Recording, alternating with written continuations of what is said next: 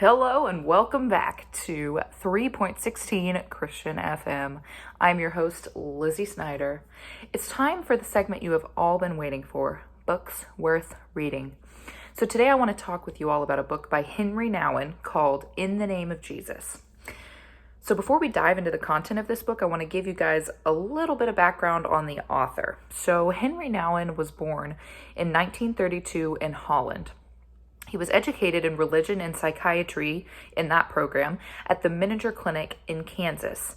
And then he spent several years teaching, classes in pastoral theology, pastoral psychology, pastoral ministry, spirituality, at different places like Yale, Notre Dame, Harvard, and even back home in the Netherlands. After many years as a priest, which was a call that he received as a young boy, he eventually became a pastor for L'Arche Community of Daybreak in Canada.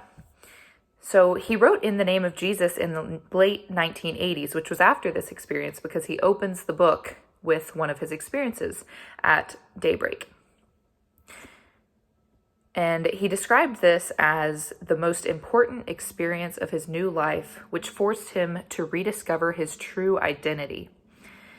So as he goes through the book, he moves through the biggest temptations facing Christian leaders, follows that with a question, task, or challenge, and then follows that with a spiritual discipline.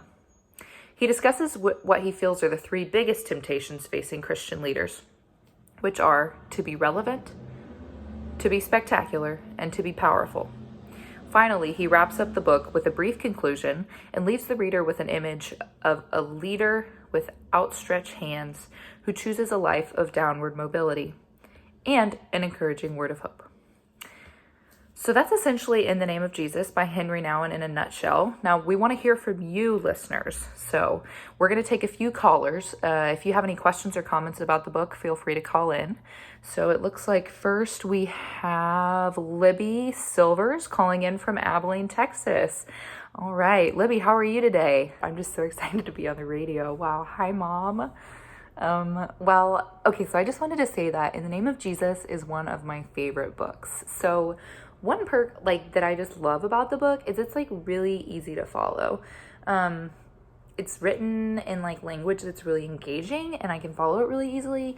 And it's short. I mean, it's less than 100 pages and it has a relatively small number of words on each page.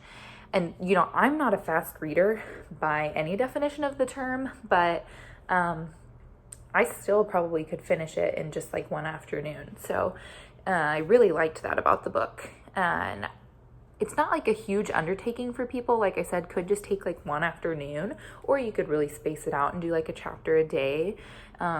So I really liked that about it. Yeah, that's awesome. See, I think the ease of the read enables more people to connect with the material, and that's one of the aspects that I love, just the inclusivity of this book.